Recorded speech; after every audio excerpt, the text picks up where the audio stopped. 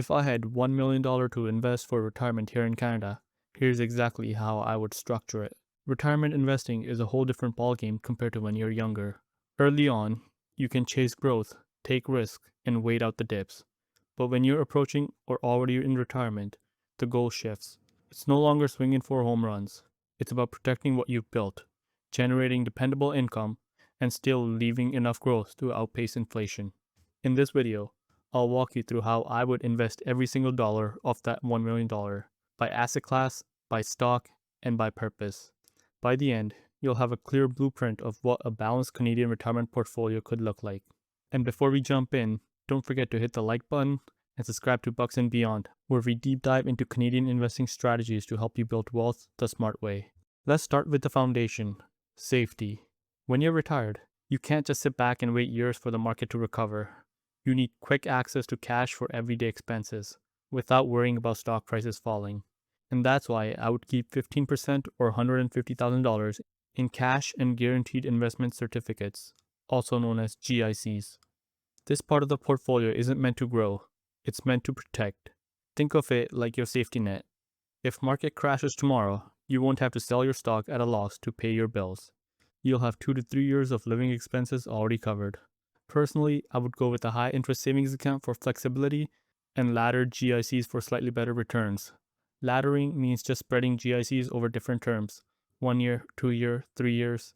So one matures every year, giving you steady access to funds and better rates than cash alone. And that 150 grand gives you the confidence to let the rest of your money work harder without the stress. Next, the core of the portfolio, dividend paying blue chip stocks. In Canada, names like the big banks, utilities, telecoms, and pipelines have long been the bread and butter of retirement portfolios. They offer steady profits, reliable dividends, and resilience through all kinds of markets. Here's how I would invest 300 grand or 30% of the portfolio. First, I would put 75,000 in Royal Bank of Canada, ticker RY, Canada's largest bank and one of the strongest globally.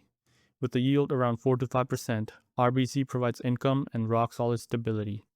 Its diversified business across wealth management, capital markets, and personal banking make it a true anchor stock. Next, I would put $75,000 in Toronto Dominion Bank, ticker TD. TD brings something extra, US exposure. A big chunk of its earnings come from the American market, which adds diversification beyond Canada's borders. That mix gives you smoother returns across economic cycles. Then I would add $50,000 into Fortis, ticker FTS, a utility company that has increased its dividend for over 50 years straight. Utilities are the definition of stability. People and businesses always need power.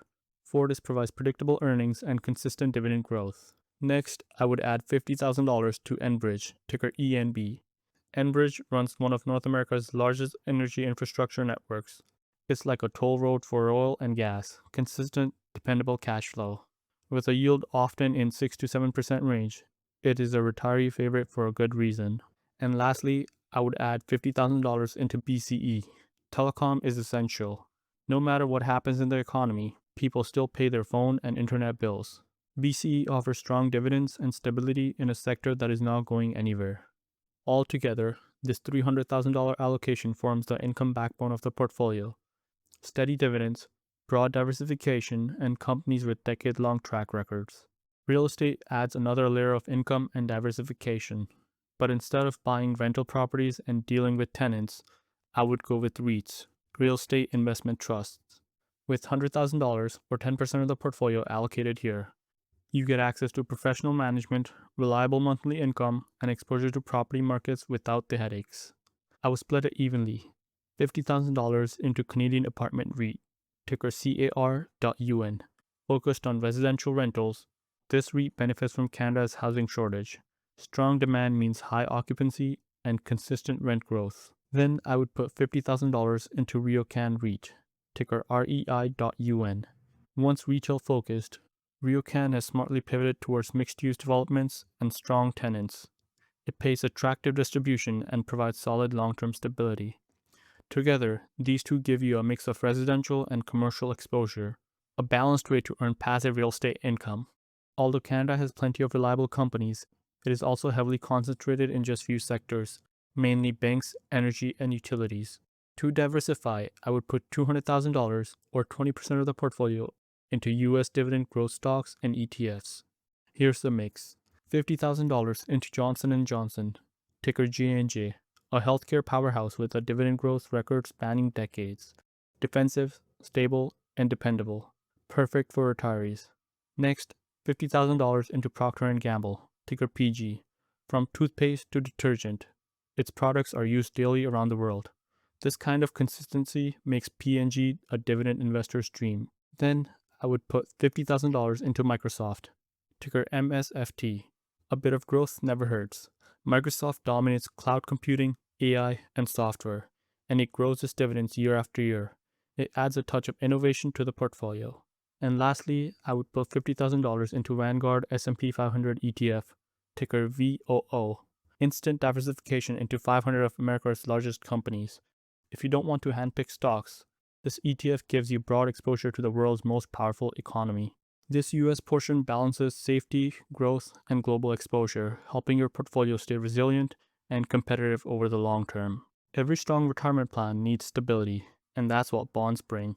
They act as a cushion when markets get choppy, helping to smooth out your returns and protect your principal. Here's how I would split it. $100,000 into iShares Core Canadian Universe Bond ETF, ticker XBB, a diversified mix of government and corporate bonds across different maturities, a great all-in-one bond solution. Then I would put $100,000 into Vanguard Canadian Short-Term Bond ETF, ticker VSB. Short-term bonds are less sensitive to interest rate changes, offering more predictable and liquidity. Together, these two ETFs reduce volatility while still delivering steady, reliable income. Finally, I would allocate 5% or $50,000 to alternatives, specifically gold. Gold isn't about generating income, it's about protection. It tends to perform well when inflation rises and markets face uncertainty. For this, I would put $50,000 into iShares Gold Bullion ETF, ticker CGL.C. This ETF provides direct exposure to gold prices without the hassle of physical storage. It is low cost, liquid, and acts as insurance for the rest of your portfolio. A small position here can go a long way in stabilizing your overall returns during tough times. To summarize, here is how a full $1 million allocation would look like. $150,000 in cash and GICs, $300,000 into Canadian blue chip dividend stocks, $100,000 into REITs, $200,000 into US dividend growth stocks and ETFs, $200,000 into bonds and fixed income, and lastly, $50,000 in gold for inflation protection. This portfolio is designed to generate consistent income, protect your capital, and still grow over time. Each part plays a purpose: safety, income, diversification, and long-term resilience. And that's how I would invest $1 million for retirement in Canada, focusing on balance, not chasing the highest returns. If you enjoyed this content, please like the video and subscribe to Bucks and Beyond for more investing strategies. Thanks for watching, and I'll see you in the next one.